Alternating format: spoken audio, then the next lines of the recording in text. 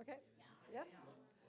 Okay. Good morning, everyone, and welcome. Great to see you here in Oslo and also online. So today we ask ourselves the question: how will the battery sector evolve over the coming years, and how will the access to raw material match the expected rise in demand? That's some of the broader points that will be with us for these few hours or this short seminar. So the Batman Research Project, we're the ones organizing this. We're a consortium of actors from academia and business. And this is really, it's a research project sponsored by or financed by the Norwegian Research Council and the partners. And we're really grateful, of course, for that support. Also grateful for the really excellent support we've had from our advisory board over the years. A really kind of stellar panel of experts. So today is really the end of this Batman project. This is the final event we do in Norway. And we think it's been a productive project. We've had key insights in a number of fields, really, and we're very happy to share just a kind of a small part of that today through the presentations. You can also access a lot of our materials through our policy briefs, and also we have a number of more of journal articles with us. So with that, so today on the agenda we do a presentation from the NTNU side of the project. They will give us some key highlights from their part of the project, which has really been the core of the project. We'll have a comment from Ife and TØI as well throughout the seminar. And then we have two conversations. We have one conversation with Rachel Semba, a key specialist on this issue called the Inflation Reduction Act in the US, which is going to really make a big difference for the battery sector globally. And we really need to understand what the IRA is and what it does for the battery sector. So we'll have a conversation with her online briefly, and that will kind of kickstart a conversation with Lars Petter Maltby, Paul Brun, and Jan Farberg from the Ministry of Trade and Industry, where they will really look at, okay, given the IRA and these broader trends, what does that mean for the Norwegian battery industry, and how should Norway respond and position ourselves in relation to that? And then we will then end at 9:45. So with that, let's go straight to Romain Billy, that will do his presentation. So please, Romain, you can join.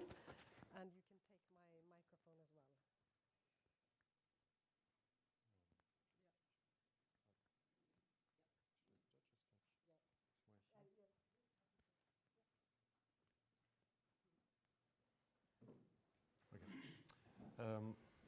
as well. Hello everyone. So I'm doing this presentation on behalf of Professor Daniel Buller, who couldn't be in Oslo today, and I'm going to present some of the key results from the team at NTNU in the Batman project, and we are responsible on the modeling and making future scenarios for battery demand and the consequences on raw materials. I'm going to talk more specifically on potential bottlenecks and burden shifts in raw material supply in the future. So why would there be potential bottlenecks? The main thing is the speed of the transition. It's not so much like how much battery we need and so on. It's like the speed at which it's developing, and it's been really developing very fast in the recent years. And it's expected, if we follow the targets, that by 2030, 2035, it will keep accelerating. And it's the speed that is putting pressure on the supply chains and make them hard to react in time. So the questions that we tried to address was say, okay, what are specific potential bottlenecks that we can have in different supply chains, and are there any risk of like conflicting goals that we try to optimize for maybe making cars cleaner, but it comes at the expense of something else? And then what are the options to mitigate those bottlenecks or goal conflicts? And finally, we'll have a quick look at a status of the currently proposed European Battery Directive and how far it addresses these issues.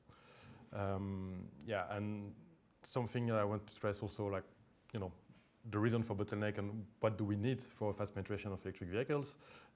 So we need first a fast increase in this battery and production capacity, but this is happening very fast. There are new gigafactories opening everywhere, so maybe it's not the main issue. We also have enough resources in the ground. If you ask geologists, they say, yeah, there is some pressure on it, but there is enough lithium and nickel and so on.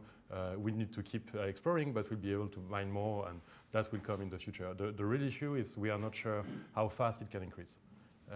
And how fast, especially the mining and refining capacity, can increase for those raw materials. And the reason it's because, so this is a figure from colleagues in the British Geological Survey, that they've been looking at how long does it take to basically build a new supply chain for battery and battery materials. And there are like 4 different tiers in those supply chain, depending on, from the final assembly, which is more downstream, to the mine development and exploration, which is the most upstream part. And their findings were that this part, where you do the exploration and the mine development, can take up to 20 years for some materials. And this is really the part that takes time and needs to be really anticipated. So if you just say like, oh, the demand for lithium in 3 years is going to be that much higher, it's like you don't have time to open new mines to react to this demand. So it needs to be anticipated much more, and that's where we can have potential supply bottlenecks more in this upstream part of the value chain. So in order to study that, we developed what we call the Matilda model. And it's a global model that is linking making different scenarios for battery demands and recycling and so on in the future, and linking it to the different raw materials. So this is a bit of a complex graph, but the idea is that we look in a systemic way at the whole part of all the different parts of the value chain. We have different parameters in the model, like the population, the recycling rates, how many cars per capita we have, what are the different battery chemistries, the size of the car of the battery, and so on. That allow us to make different scenarios about this. So we look from 2000 to 2050, the time horizon. And we also have 5 main layers in the system. So we look at the vehicles with different types of powertrains, different size, but also different battery chemistries, the different battery parts, and now this translates to the different materials. So the idea with that is that we can understand what are potential problem shifts. Like for instance, you're shifting from one battery chemistry to another one. What does it mean in terms of raw material demand? Are you increasing maybe you want to reduce the demand for the tension on nickel maybe, or cobalt, and then you won't have more LFP batteries, but then you will increase the demand for phosphorus, and that has also consequences. And this model allows us to have like an overview, everything is connected, so we can look at those trade-offs. We had support from all the other project members, so TEE more on the use phase, and IFE more on the battery technology itself, UIA more on the recycling and business models for recycling, and also interpreting the new policies and so on, and from circular energy storage, which is a British company working on second life of batteries. And we also had, through our advisory board and partners, expertise in the different materials. So with Elkem, Hydro, Glencore Nickelwerk for different materials, and in the advisory board as well. So for instance, the Nickel Institute or the European Aluminium and the GRC and so on. It was really like a collaborative work to try to gather this expertise and put them into our models. One of the big findings that we had was that demand-side policies can really effectively reduce those supply risks. So by that we mean policies that will not just look at developing new technologies, but just like reducing the demand for batteries. So it could be reducing the growth rate of the vehicle fleet, number of cars per capita, or having a smaller fleet with smaller batteries that will greatly reduce the demand for battery materials. Trying to find models for reusing and replacing batteries when they are failing, instead of just scrapping the whole car, and improving the recycling, especially of elements that are not very well recycled today. So some metals like, nickel, cobalt is going to be quite well recycled, but like lithium and graphite, not so much, for instance. And there are also additional demand-side measures that are not detailed here, but like extending the lifetime of cars, or trying to prioritize the battery for where they are most critical, and maybe using other technologies as well, or like hydrogen or these kind of things. That not everything needs to be batteries. And yeah, as Tina mentioned, there will be a policy brief on this that will detail a bit more this question. And so basically our framework for the model and the scenarios on the project was to link some high-level storylines about how the world is going to look like for the transport sector and batteries in particular, and how it is linked to the different, we link that to our global model and use it for link it to the different individual material cycles, where we can have specific models for each material and explore more in-depth specific issues there. And so this was done in an iterative way with our industrial partners as well, and advisory boards and external people to develop those scenarios, show them the results, and try to come up with relevant industry and policy relevant conclusions. Yes, and in the next stage I will show you some, so that's the main material that we'll be looking at, but I will only show you some results for lithium and nickel today. So about lithium, our main issue is the supply. Is there enough lithium? So this is a model of the supply, the value chain for lithium in 2018. And what we see is that there are two main sources of lithium. There are brines that are like what we know in Chile, for instance, the salars and so on, and there are the hard rock minerals that look much more like a conventional mine in the ground. And there are different characteristics. Brines, you can build it up faster, but it uses a lot of water in desertic areas, so it's not ideal. And hard rock is a bit more complex and takes time to open the mines. And both of them, they are facing strong local opposition, which can reduce the supply in the future. So to look at that, we had a model where we are looking on one side at the potential scenarios for lithium supply, so looking really deposit by deposit, region by region, what are the new technologies in exploration and mining and so on, and then having probable, optimistic, and breakthrough scenarios for all of these regions. Knowing that even the probable one that looks green on the figure is already quite optimistic. It means like all the plan projects that are in the box today are happening without any issues, which is already quite optimistic. And the red one is really like a non-territory that we need new technologies that we don't even know if they exist or work yet. So with these scenarios, we took the demand scenario from our global model and could compare the two. So what we found was that it's maybe not so easy to see, but the demand is the sort of like blue-purple line on the figure on the different supply scenarios, and this is how different demand scenarios compare with the demand.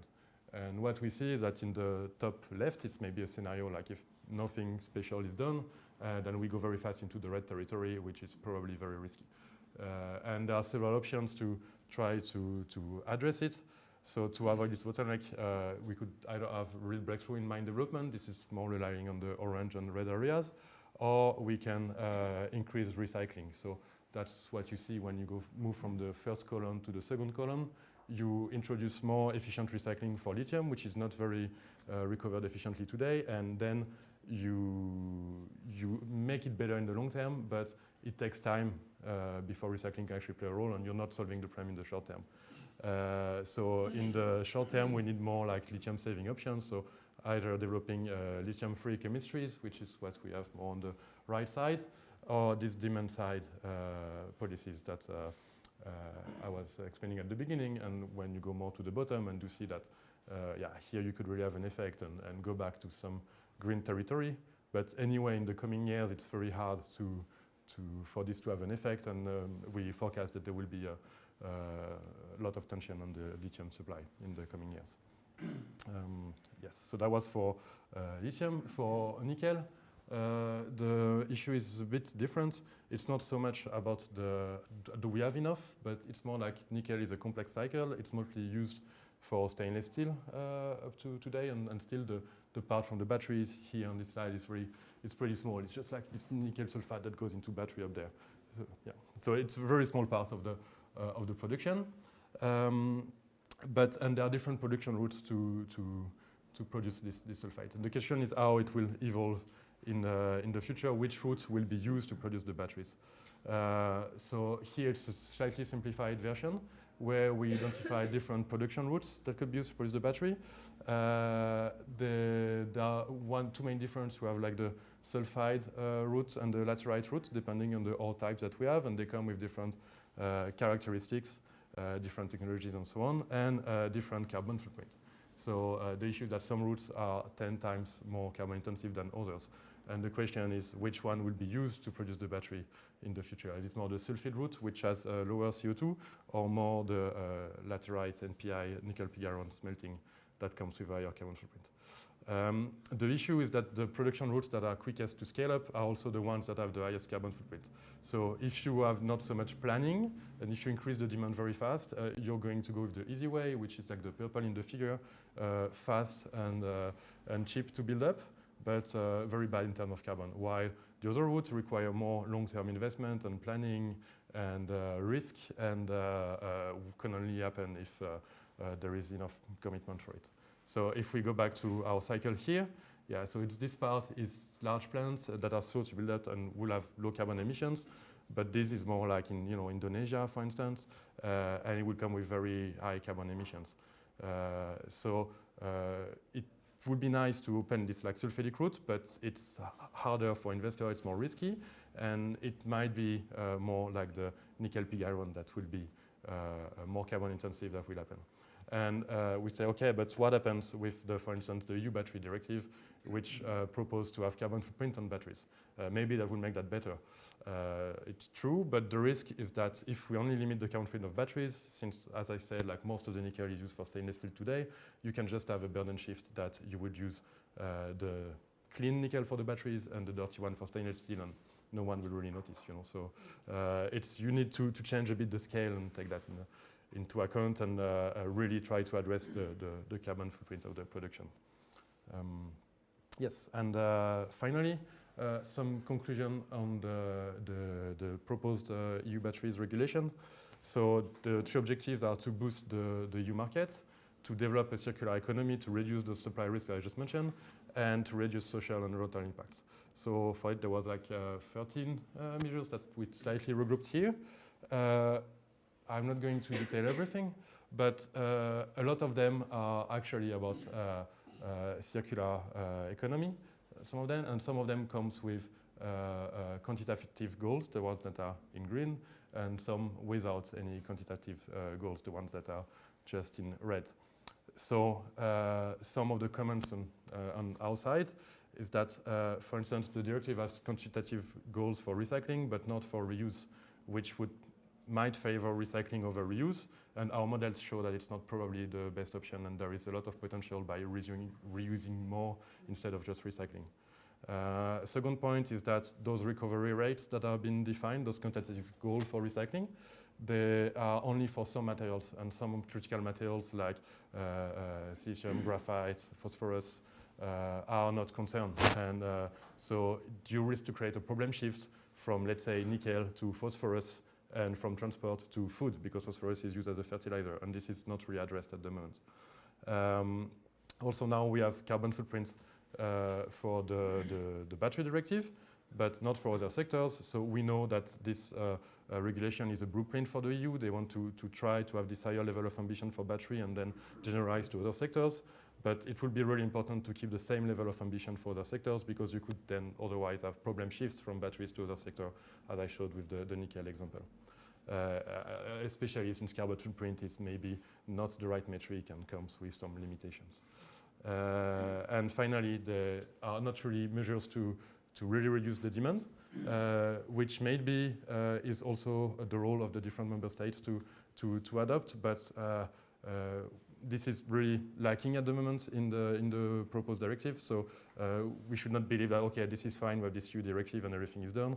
It's probably also up to Norway to introduce things on how to reduce the size of the cars or these kind of things that will not be covered by the EU. So yes, thank you. And I just, so if you have questions, you could contact also Daniel at this email address. And we have some interactive visualization tool that you can take the picture here or go to this link and play with some of the results of our scenarios and model, because there is much more than what I just wrote. Great. Yep. Thank you. Thank you so much, Roman. It's very interesting. Eric, from Theory, you will give a short comment.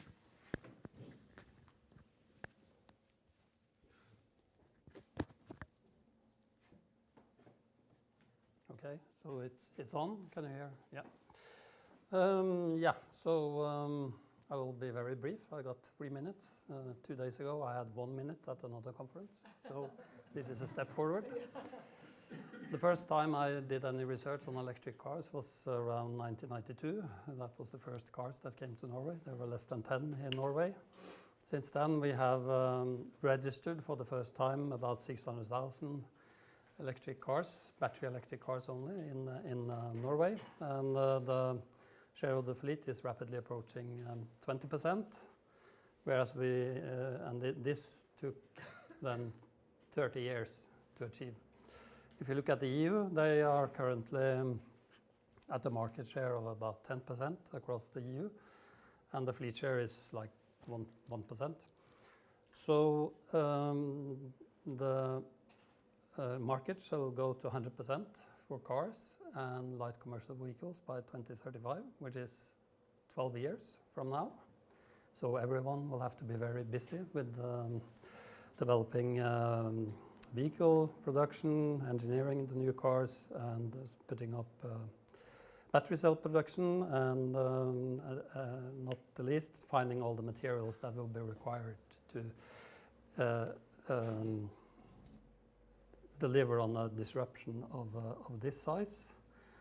And when we've done that, we will do the same also for buses, and a large share of the trucks will also have to be battery electric. The EU demands are not as strict yet for trucks, and they're likely to be somewhat later in time, maybe 5 years. And there you also have hydrogen and biogas as options to help. But still, this challenge will be massive, and everyone has to work very hard to achieve this. I'm not so optimistic about forcing people to buy smaller cars. It's sort of against the nature. People want to have a car that can deliver the transport they need when they want to go on vacation trips and longer outings in the weekends. To get the battery size down, you could have a massive expansion of the charging infrastructure, so that it would be easier to charge. But then that charging infrastructure, if that is to deliver in Paris, you have the Grand Depart when everyone leaves in August to go to the Riviera. In Norway, we have the Easter Wednesday when everyone goes to the mountain. And to deliver charging services to those peak travel days is going to be very demanding. So people will want to have large batteries, and it's not that costly to opt for a slightly bigger size of battery. So I'm not too optimistic about that. What I think will happen is that we will see a diversification of battery chemistries, and we will see new battery types coming in, so that they will be it will be possible to deliver what the EU has mandated from the vehicle side. Otherwise, I think we will struggle to get all the materials, as we heard. I also think that once the battery is in the car, it will last the life of the car.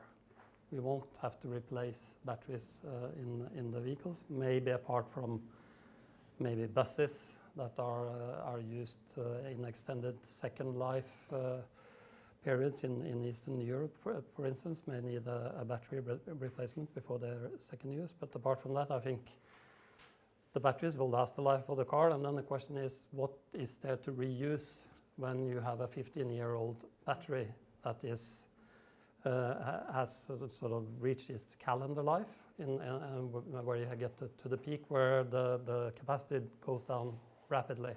What's the value of that battery then? That's one of my questions. I think that was what I managed to say in 3 minutes. Yeah, that's great. Very, very interesting. And so So you're challenging recycle versus reuse. I think that's really one of the key themes we've had throughout the Batman project, is this balance between reusing or going immediately or quicker for recycling. That's really an issue we're looking at from several angles, politically and also in the different analyses. So we have a few minutes available for questions, particularly for Romain or for Eric.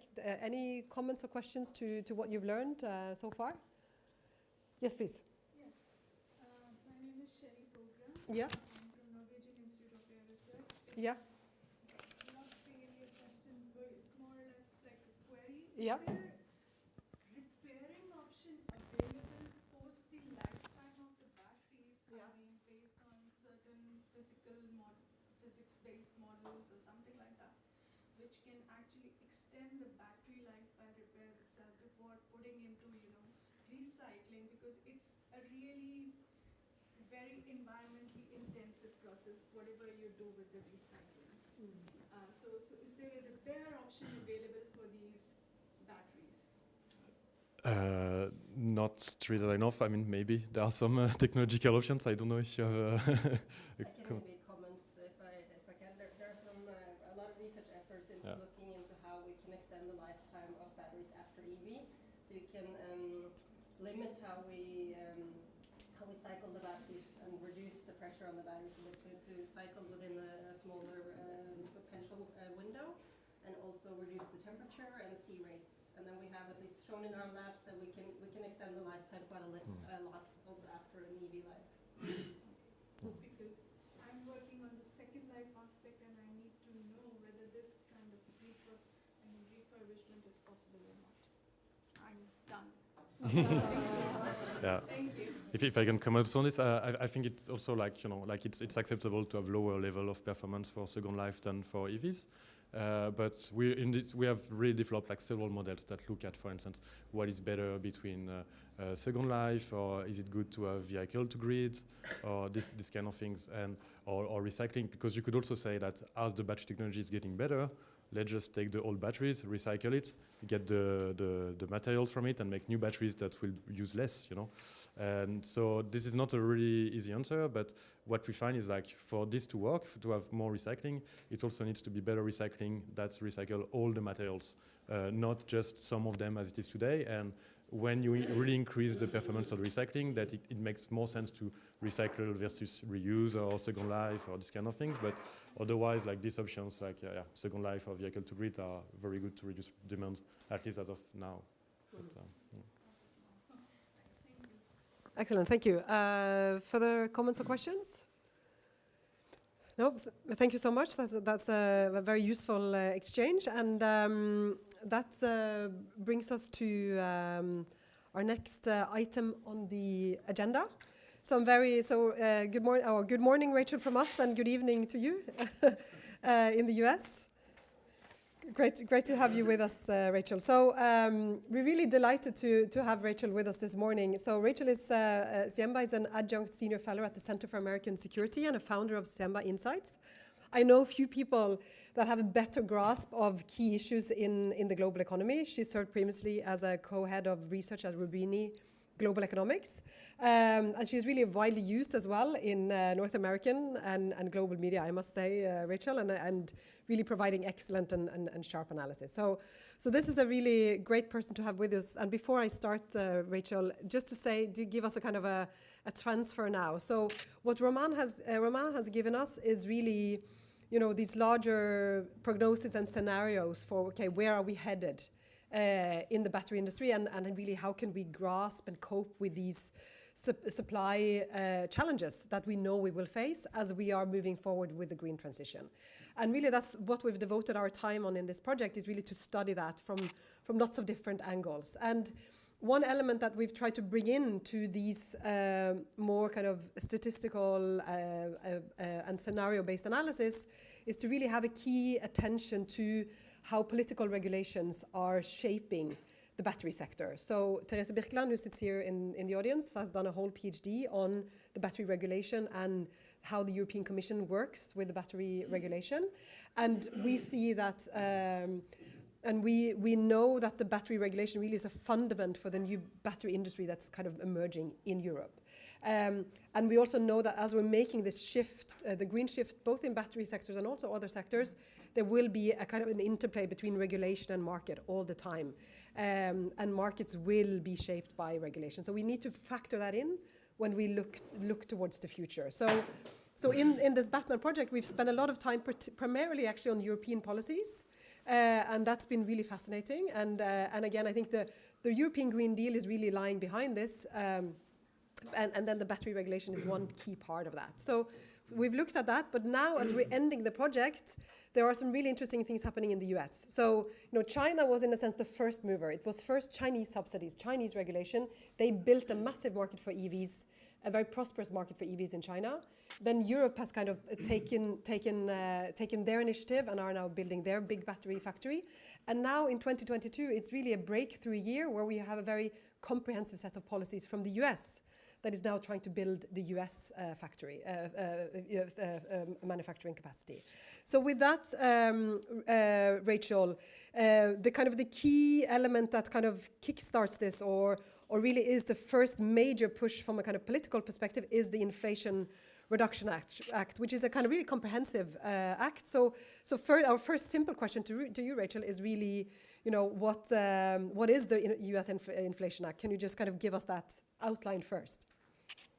Sure. And Stina, thank you so much for inviting me. And it's been great to sort of listen in and learn more about sort of the industry and the like. So happy to give sort of high level and look forward to that. So the Inflation Reduction Act, yes, is sort of the evolution of what had been called Build Back Better or sort of the Green New Deal that had sort of come through and had failed in its first attempt earlier this year, right? And so in a sense, the Inflation Reduction Act framed as reducing prices and allowing the transition over time, even if it might not sort of solve that in the short term, really is the repackaging of some of the energy, the renewable energy and energy transition pieces of what had been the Build Back Better agenda that the Biden administration brought to pass. It also includes some other measures like capping healthcare prices and so on that are not relevant to our discussion today. But I think it's important to put in the context also of another key piece of legislation also passed this year, the CHIPS and Science Act, which together I would say are part of the U.S. moving away from just restricting Chinese access to its markets or inconsistently restricting into putting real money behind trying to create alternative pathways. Right. And so this is a big deal. Of course, it also creates issues with allies that are trying to do other things in tandem. So I think what we're seeing is both more restrictive policies, but also some incentives. And so I think everyone in industry is sort of looking to figure out the best way in that. And so, but we can go into details. Very nice start. And just to get the kind of the profound kind of element here, or the weightiness of this. So with these two acts together, the CHIPS Act and the Inflation Reduction Act. So could you say that we have a fundamental shift in the way the US thinks about industrial policy and how they kind of organize the way they support industry and also how they think about supporting American industry in a global economy in a way? Is it a paradigmatic shift? I definitely say that. Yeah. And I think the terms industrial policy maybe aren't used by the administration as much, but they're used a lot in the sort of think tank world that I spend some time in. And when we look at it, these are really industrial policy. I mean, funding basic research, the National Science Foundation in a meaningful way, that's in the CHIPS and Science Act, that's a big deal. And these sort of tax incentives that sort of pervade the IRA also is sort of, quite a big deal. Estimates suggest that they could sort of catalyze $90 billion worth of sort of investment just in batteries, let alone sort of hundreds of billions also on things like grid transformation and the like. I mean, money well spent, and we could look at and sort of question, sort of even more that needs to be done. But I do think what's also important is the US is shifting from just incentivizing consumers from buying, say, electric vehicles, no matter where in the world they're produced, to saying we want to use our tax dollars to build supply chains in the US. Now, given the dynamics of the automotive industry and the interactions of US trade with Canada and Mexico, in practice, that ends up being in North America. And sitting here in Canada tonight or this morning, it was very important for the Canadians not to lose their access. But now it's creating some issues with Asian allies and European allies as try to make sure that there isn't additional new competition built up. But I think where the US is coming from is saying, well, we're putting new money to work. We don't want it just to leak out to the global economy. But I do wonder how much that interacts with other efforts and pressure they're putting on allies not to rely on Chinese supply chains. So I think this is going to be a balancing act we're going to have to deal with. Yeah, absolutely. Great. And let's pick up on that. And one more specific issue on what you touched on. So you're saying, okay, so now we're going to throw a lot of, not throw, we're going to give, strategically give a lot of subsidies and funding to the green industries, particularly including battery industries.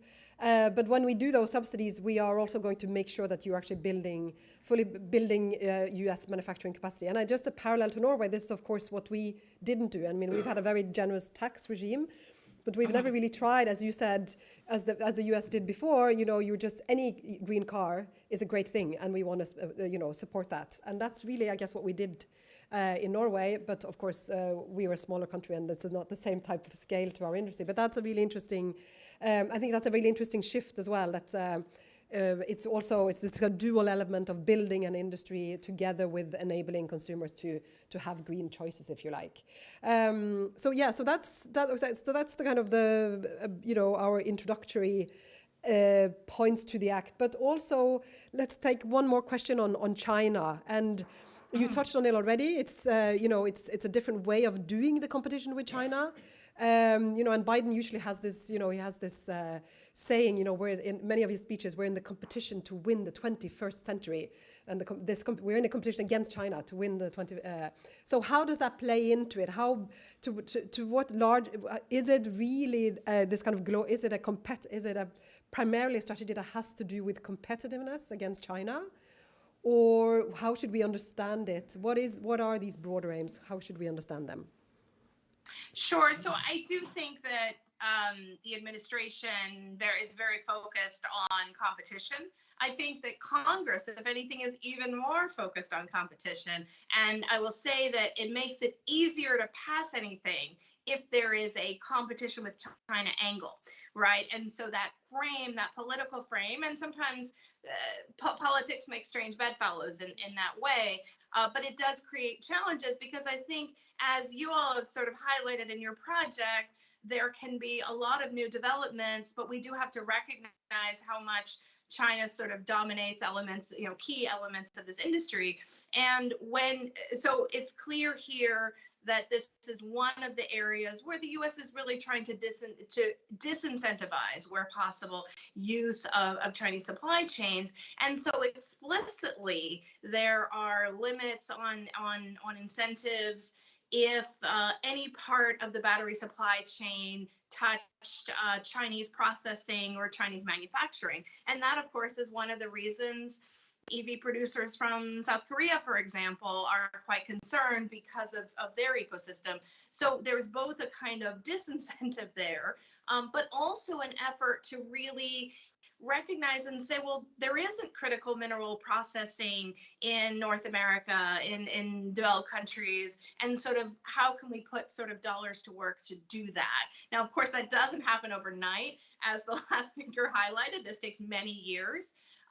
But we have started to see, for example, both sort of restrictions, but also some additional processing plants and the like starting, and a lot of new capital at least announced, right? And that, of course, raises an issue of what happens if lots of players announce at the same time. Does it drive costs up?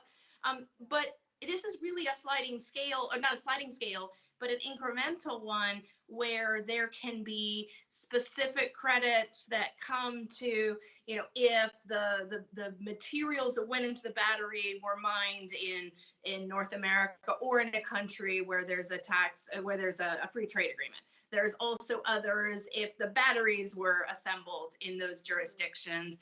And then and of course, they don't just have to come from new mining, they can come from recycling, but again, in those jurisdictions. And then the whole car has to be assembled in North America. So all of this, I think, is explicitly build the ecosystem, build the supply chain, but doesn't really have a space to necessarily bring in the parallel processes that might be underway, for example, in Europe. Yeah, exactly. So, and let's pick up on that. But again, just to rehearse a bit on what you're saying. So the way it's kind of done, the Inflation Reduction Act, but particularly for batteries, but also perhaps in the other sectors, which I've looked less at. But in all of the sectors that are really being kind of sponsored, if you like, or really supported in the Act, and we're looking at batteries now specifically. So there's a heavy emphasis on basically incentivizing U.S. production, and it's, as you're saying, only U.S. produced cars can have these incentives. And then the key issue, which actually mirrors the early Chinese subsidies for cars as well, you have this element that you should ideally have a battery also that's produced in the U.S. and that's the key issue, from the other countries with a free trade agreement. So battery materials or batteries from countries with a free trade agreement, they are very well disposed. And that's actually a fairly small, when I've looked at the list of countries, the countries with a free trade agreement that are also, into the battery ecosystem is a fairly limited number of countries. As you're saying, Canada, Mexico, Australia, Chile, I think is one. Morocco, I think also can have interesting battery minerals potential. But it's really a handful of countries that are now really in a pole position to be part of the US ecosystem.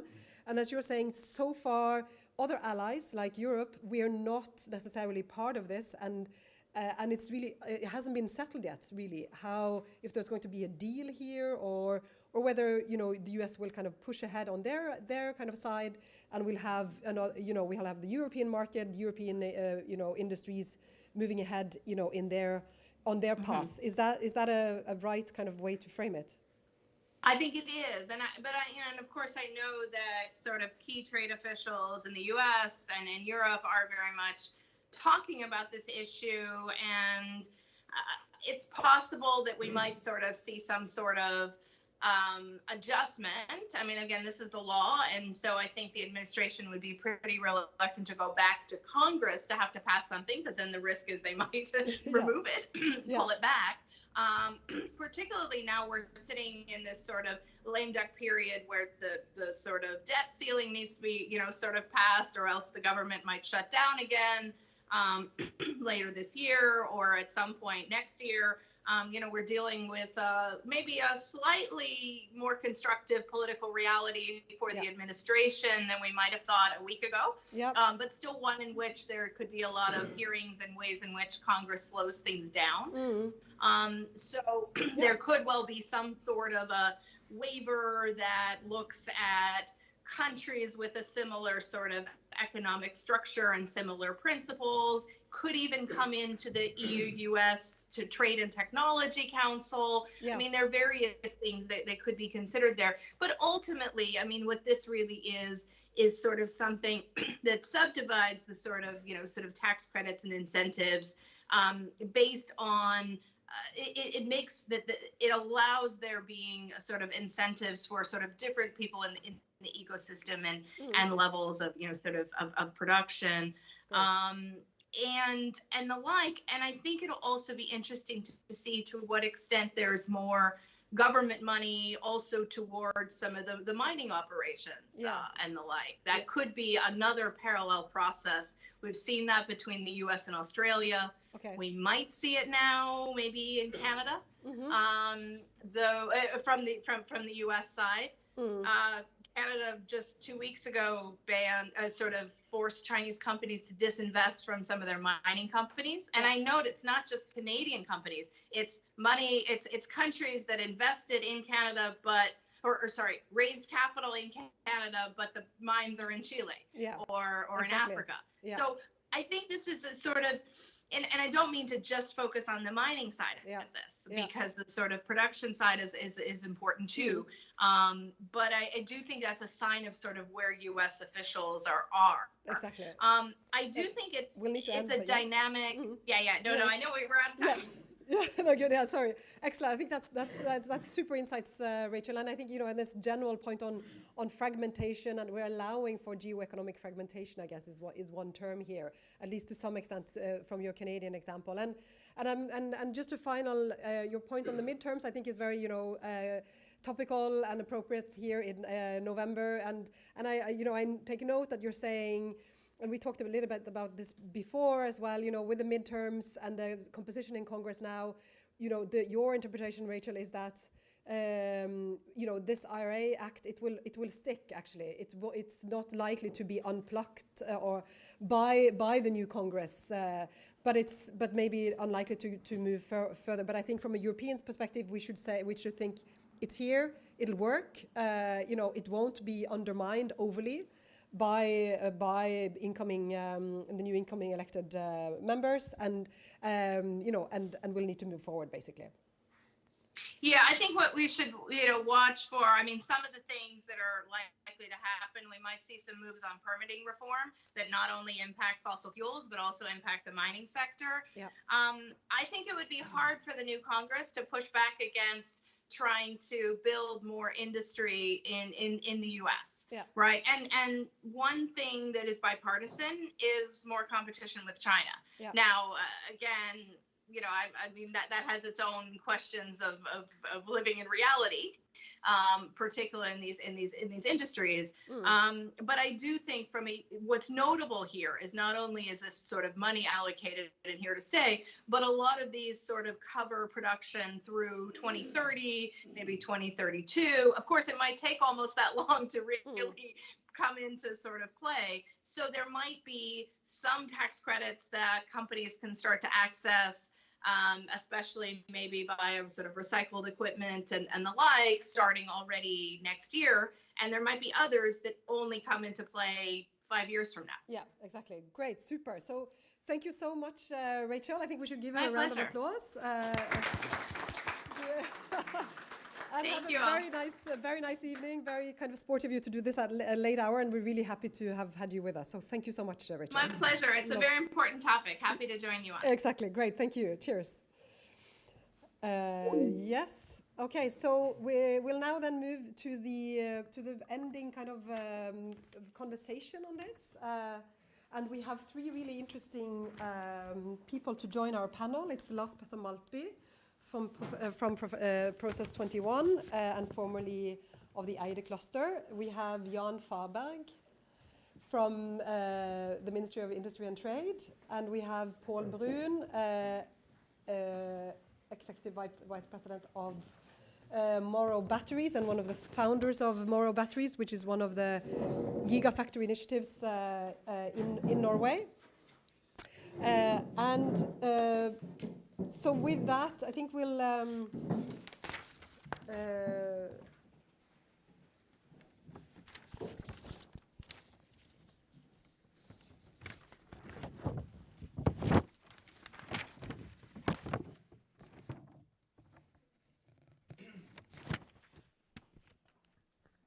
yeah. Okay, and the microphone was, we think it's working? Yeah, it's okay. Okay, so let's give ourselves a second.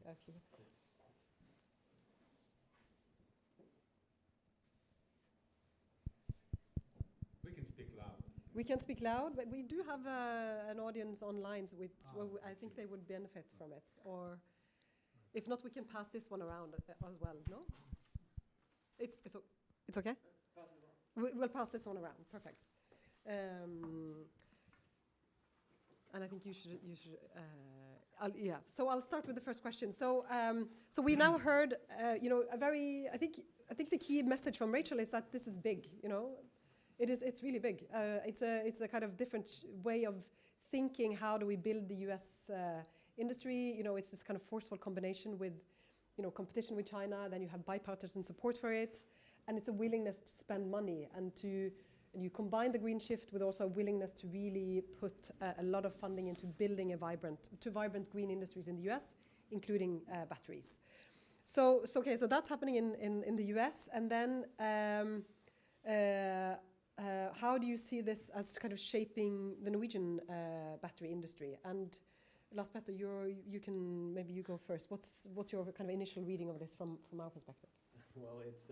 I think that it's been sort of I interpret this as a shock. You know, and nobody was prepared for such a huge initiative and also such a direct initiative. Yeah. In Europe, we've been working with the battery regulation and trying to use the standard tools in terms of using research funds, invest in EU and so on, and it's sort of at the end quite bureaucratic compared to the IRA proposal. So I think that's sort of a shock. And what we've seen also is that the EU has reacted. So there's a task force that has been created, as far as I understand, to have talks with the US and EU.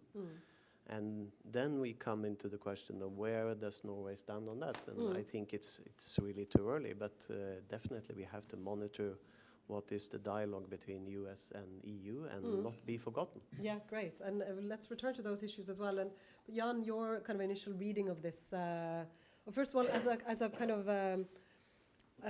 kind of working within government structures, I mean, do you agree to this interpretation by Rachel, and I'm supporting her in that, of, you know, that this is a shift in thinking in US kind of doing industrial policy and that kind of level of ambition, or is that a bit far-fetched? You've been in this game for long, and Thank you very much. I must tell you, I'm not a battery guy. Yeah, that's okay. I'm a trade guy. Yes. So when I was invited here, I had to Google what's Batman. Yeah, but I found out that didn't bring very long. Yes. But when I Googled Batman battery, then I found you. So I mean, so dress up party. So you have to tell me how this will affect the battery industry in Norway, because I couldn't tell you. But my line of work in the ministry is mainly nowadays I'm working on trade relations with the US and with China.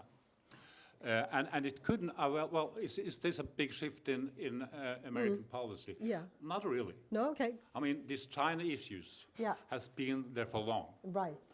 This, I mean, our relationship with the US is built on World Trade Organization rules, multilateral this. I mean, the US left that sort of part of the world already towards the end of the Obama administration. Right. And Trump definitely left it. Yeah. And Biden and the Biden administration has moved forward the same pathway. So global trade rules, I mean, they don't pay much attention in the US any longer. They have been for a long time. Yeah. I mean, the main occupation has been the rivalry with China. Yeah. National security, economy, technology, and so forth. Yeah. So that's nothing new. And of course, with the pandemic and everything, I mean, both in Europe and in the US, there's lots of focus on dependencies, resilience, value chains, and these kinds of things. So this is not new. Of course, then you have this very strong support to US industry that to some extent new in the sense that it's a democratic agenda. Right. But what's been on the top of minds for US policymakers, and this is also nothing new, is jobs. If you want to talk to US policymakers, you have to start with jobs, because that's the first thing they ask you. Yeah. What jobs will this bring to us? Yeah, interesting. So that's nothing new. And then of course you have a climate. Yeah. And that's, to some extent, it's new. It's a very democratic agenda, not so much a Republican agenda, but the willingness to use such strong incentives and so much taxpayers' money on climate. Of course, that's to some extent new, and that's regarded as a big win for the Biden administration, that they managed to get bipartisan support for this in Congress. Yeah. And that's why I very much agree with Rachel. They will not touch it with a split Congress now. I mean, Yeah. this is a big win. This is the legacy of the Biden administration. Yeah. They will not go back to Congress to change any of these.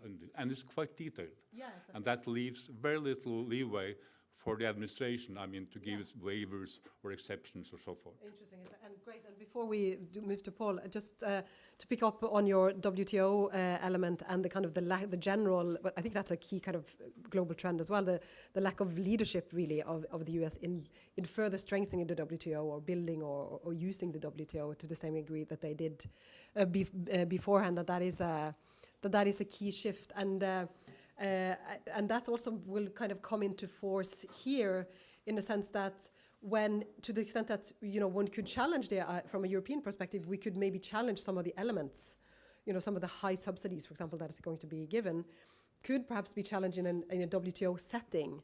But given the weakness of the WTO, that's not going to be a viable track. Do you see what I mean? Yeah? No, I agree because, well, first of all, that takes a very long time. Dispute settlement processes in the WTO may take 3 to 5 years. Right.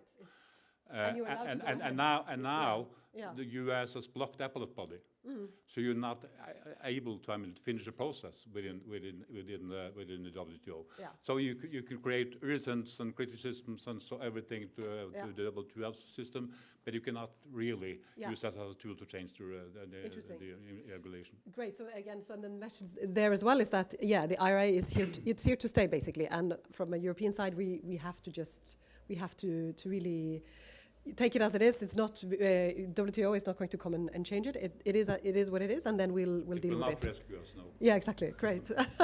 Perfect. Okay, and then Paul Brun, what's your assessment? So we now have a good grasp, I think, of the IRA, and we've done some linkages to the European battery industry, but from a Norwegian perspective, particularly, so what does this mean for the Norwegian battery industry? Yeah, first of all, I just want to apologize. I have a bit harsh voice. It's a cold that has been kind of coming the last days. But I think from the Norwegian perspective, and the Norwegian battery industry perspective, this is a very, very strong incentives scheme that the US has put in place now. And of course, it's something that has evolved globally over the last years. I think you also mentioned, Stina, that it was probably China who was first here to kind of recognize the battery industry as a very strategic industry in kind of the future and supporting that with subsidies. And then I also think the EU picked up on it like 5 years ago when they defined this strategic action plan on building a European battery value chain. And also the EU has had very strong incentive schemes compared to what you have seen to industries in the past through this important project for common European interest, where they have handed out subsidies in the range of 8 billion euros, across Europe. And then I think what we have seen the last year is that also India has put in place a scheme a bit similar to the US one, where you kind of directly subsidize the production of batteries. But I think the scale and the kind of scope of the IRA scheme is much larger than we have seen in other countries. Morrow Batteries, we are planning a gigafactory in Arendal. When it's kind of fully built out, it will be 43 gigawatt hour of battery manufacturing capacity. And if you take the IRA and apply it, if you have the same scheme in Norway, it will kind of mean for us a subsidy of 15 billion Norwegian crowns a year, a yearly subsidy for that plant in Arendal. So that is a kind of very, very strong. The total investment in the Giga project in Morrow is around. Yeah, I think the cost of the project is maybe 35 billion NOK in capex, but of course there is a large cost of materials. So basically, it's subsidizing the procurement of materials. That is kind of the key thing. But quite a major thing Yeah. for the industry. And what I think you see now is that you get an acceleration of the build out of battery value chain in the US.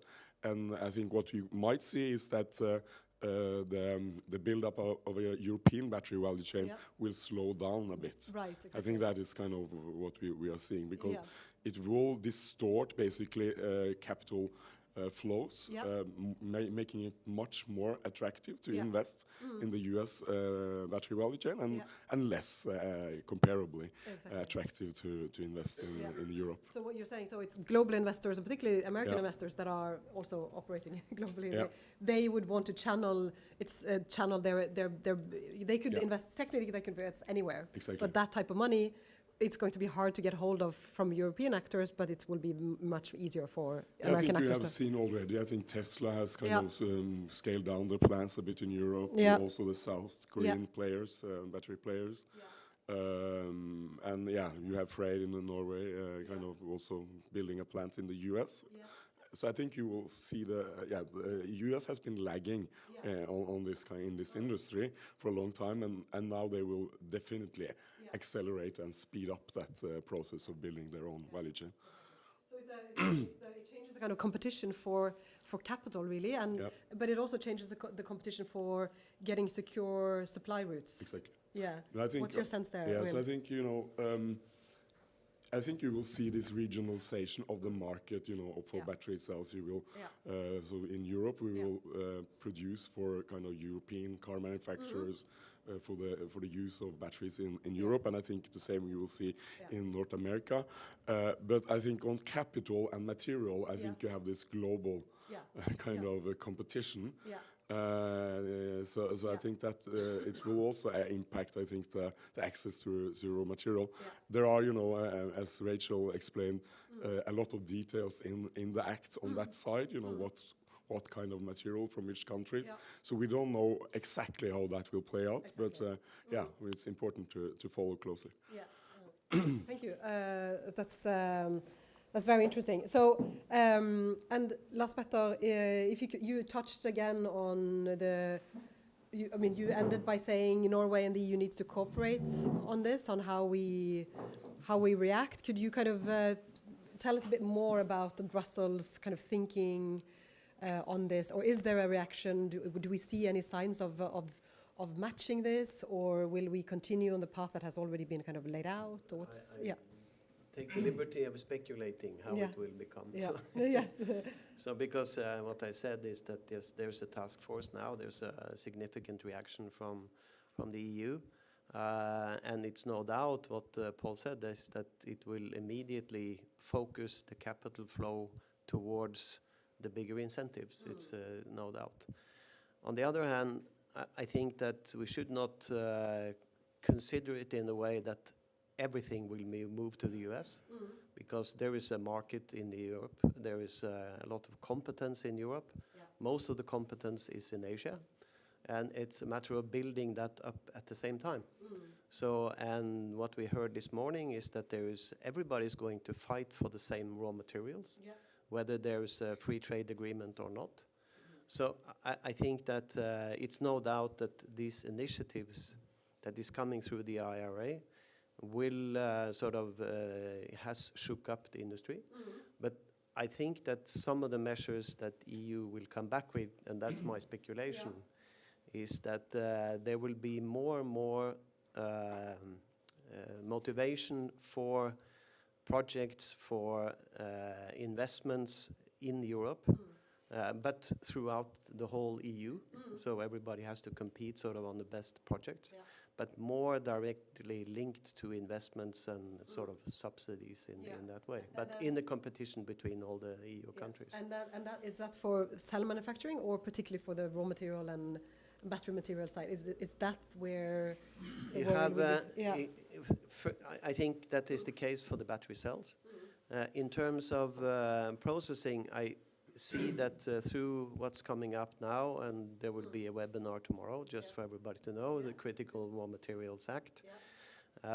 And for sure, I mean, it will not be finalized until first quarter of 2023, but what you see there is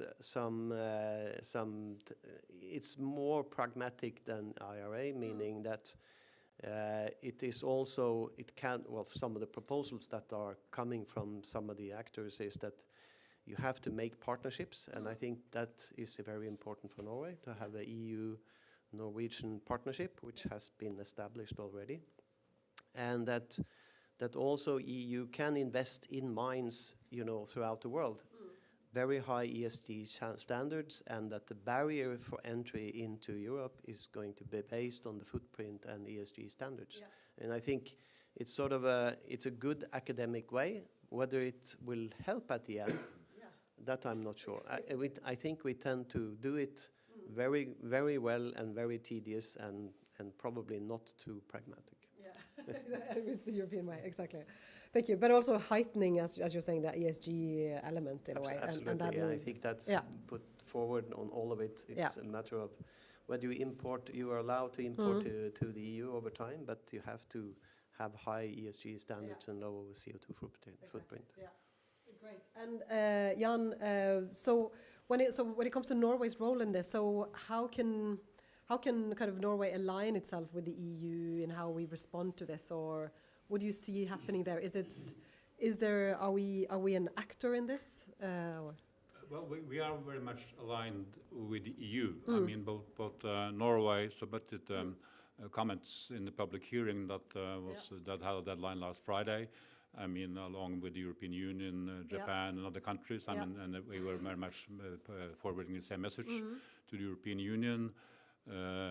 Minister Vestre has been talking to the Americans twice, the National Security Council, on this topic, and he intends to speak to a European Commissioner also on the topic.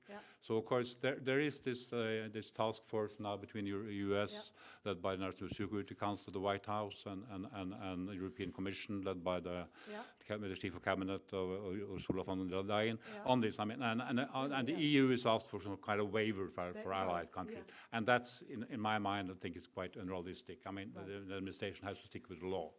But of course you can see some kind of exceptions, especially in areas where there's bottlenecks in the American value chain. But you have to point to that. You cannot say that we have the best technology. You have to say, okay, you don't have this at all. Then there might be exceptions. So they might come to something in those talks. And we, of course, on the Norwegian side, we are very eager if they come to some kind of exceptions, understandings, we should also be part of it, or we should have a similar arrangement. And of course, we don't have, and I'm realistic now, we don't have the weight, political, economically, I mean, to do this on our own in the US. But if the EU do it, and they don't, and Brussels doesn't think about us either. We are not part of EU trade policy. So we have to remind them beforehand, think also of us. And of course, in the ministry, I mean, we're very, very concerned about not ending up in a situation when it comes to the TCA between EU and UK on batteries, because that came as a surprise to us. So, I mean, we were not involved in negotiations. We didn't know, and when we learned about it afterwards, I mean, it was too late. There's a treaty already signed between the two parties. To re-up into such a treaty is very difficult. So we want to sort of now position ourselves in direct conversations with the Europeans and with the Commission. Okay, if you arrive at something, we should also be part of it, or you should, I mean, facilitate that we will have similar arrangements between the US and Norway. Great, so that's very reassuring. And then finally, so Paul, so we painted a, so certainly this is it's a more challenging picture. And again, you had this kind of, we'll have constraint on finance, we'll have constraint on demand, no, on the supply side. I mean, we still think that the battery sector will still grow. It's not that the new capacity in the US will necessarily mean that we will be kind of awash with batteries in the world. We do need a lot of batteries, right? So I think that's one element to it. But And if we try to look at the IRA in a positive light, is there any, what, if any, opportunities are there for kind of Norwegian battery industry perspective? First of all, of course, the IRA is very positive for the climate. I mean, it will bring down the carbon emissions. We will survive, So that's kind of number one issue. Yes, thank you. But I think for us, it's the most interesting thing to follow is to see what will EU do and Europe, what will be the response to our IRA. I think that's the kind of key thing for us to monitor closely, because I think there will be a response because if the EU does not respond to this incentive scheme, then it will slow down the build-up of the European value chain. So I expect some kind of response. Of course, there are some differences between the US and Europe and EU, because this is basically a tax incentive scheme in the US, and EU does not have the responsibility for taxation in the member countries. So it will be a different kind of scheme, but I'm expecting maybe that we will see more of the kind of exemptions from the state aid rules that you have seen for a number of times the last years. You will have this IPCEI projects maybe be scaled up, and I think the other thing that is important for us is that Norway is really on the inside. Okay, we are not in the inside of the EU, but it's very important that we will be a part of the response, so to speak. Exactly. And I'm very kind of, I think it's very good to see that the Norwegian government is now having these dialogues around this industrial partnership on batteries and critical raw material. It's kind of very timely that we have that dialogue now when this topic is on the agenda. So I hope that we, this time, we will be a part of either a new IPCEI or the arrangements that will be made between the EU and the US. What we need to kind of I think the worst case scenario will be if you get an agreement between the EU and the US, like this UK Brexit agreement, and Norway is like seen as a third party country. That will be kind of the very worst scenario. So we need to have a Norway as a part of the solution. Perfect. Thank you so much. So I think that was a very nice reflection from all three of you. Let's give them a round of applause. And then we'll end with a closing reflection from Hanne Flåten Andreassen from IFE. Thank you. So I will try to summarize a bit of what we have learned about in the Batman project. So in the 4 years of the project, we have been writing reports on both what volumes of batteries that are expected through our EVs over the next 30 years, and also what types of chemistries we see in the lithium-ion batteries, and also what we expect to come. So we tried to basically forecast the future of the battery development to provide an input for the further work. And we also taken deep dives into the business analysis of reuse versus recycling, and looked at what this means for the life cycle analysis and which positions can be potentially attractive for a Norwegian industry. And as seen here, we also learned a lot about the upcoming EU regulations and now also the US regulations, and see how they will influence both the recycling and the reuse businesses. We have also taken these extensive analysis on the critical raw materials, both to identify bottlenecks and also to look at shortages, both for materials that are in use today and what will be in use in the future.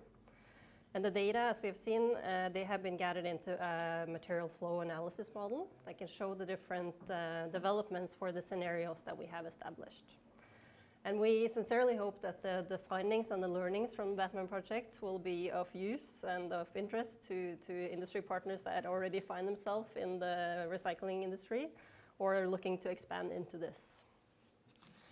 And when the Batman project started in 2019, the premise of the project was basically to look at the large fleet of electric vehicles that we have in Norway and will have, and how the industry could use this opportunity and take advantage of the new value chains. But when we look at the at the research on the battery topics today, the scope of the research has expanded quite a lot, and this is of course due to the rise of the battery factory initiatives and also the following material and component producers.